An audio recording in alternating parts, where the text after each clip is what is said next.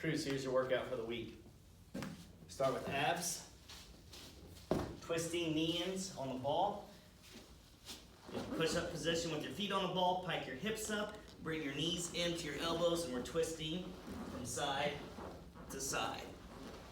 Then, opposite arm leg raise with the ball.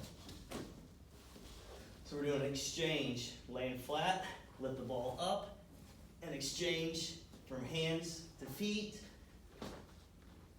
feet to hands. From there we're going to a corkscrew, still flat on your back, hands to your side. You're going to drive your heels to the ceiling and twist. Then you'll take a 30-second rest. You'll start back up with a side plank. You drive your hips to the ceiling.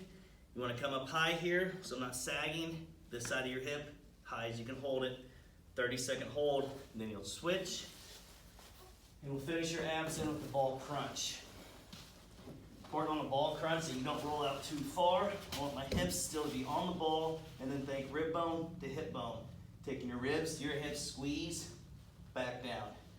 You can place your hands behind your head as long as you're not pulling on your neck, or you can put your hands to your side, whatever, as long as you keep your hips high and think rib bone to hip bone.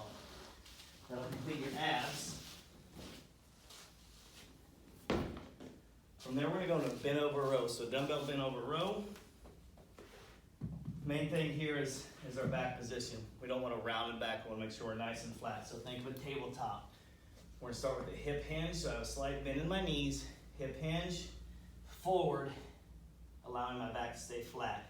I do not want to be rounded. So this is a good chance if you have a mirror to look at your form.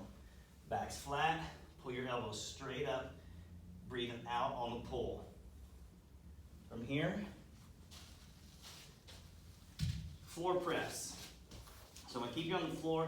It's a great exercise regardless if you're having shoulder issues or not, but this also, you can play it safe with your position of your elbow and your shoulder. So I'm going to come off my body about 30-degree angle, and then from here, pressing up. When I come back down, my elbows are going to kiss the ground and then press back up. When I'm completed, I'm going to bring my elbows down to the side, allow them to fall forward. I do not want my elbows straight out to my side. Again, we're coming off the body about a 30-degree angle, and then when I'm done, again, bring them down to the side. I don't want to take them here and then allow my arms to fall backwards. Tight and forward.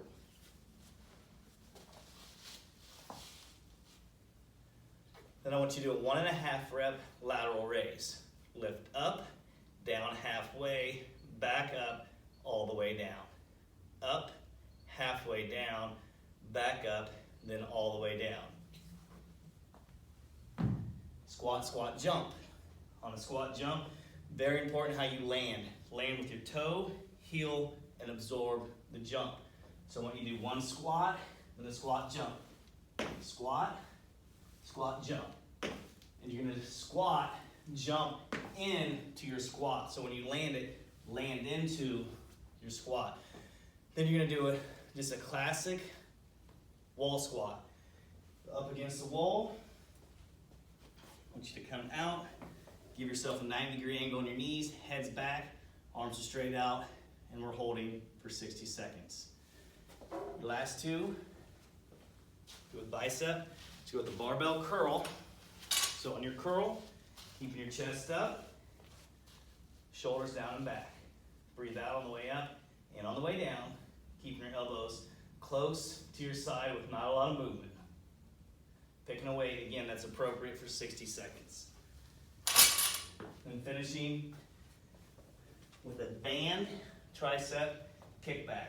So just like the back row, hip hinge is very important here. Flat back, elbows are high, extending at your elbow for 60 seconds. So on the core, we're looking at 2 rounds, 30 seconds for each exercise, and then we move to the resistance training, 60 seconds for each exercise, and then you run through that 2 times just like we were before. We'll update this next week.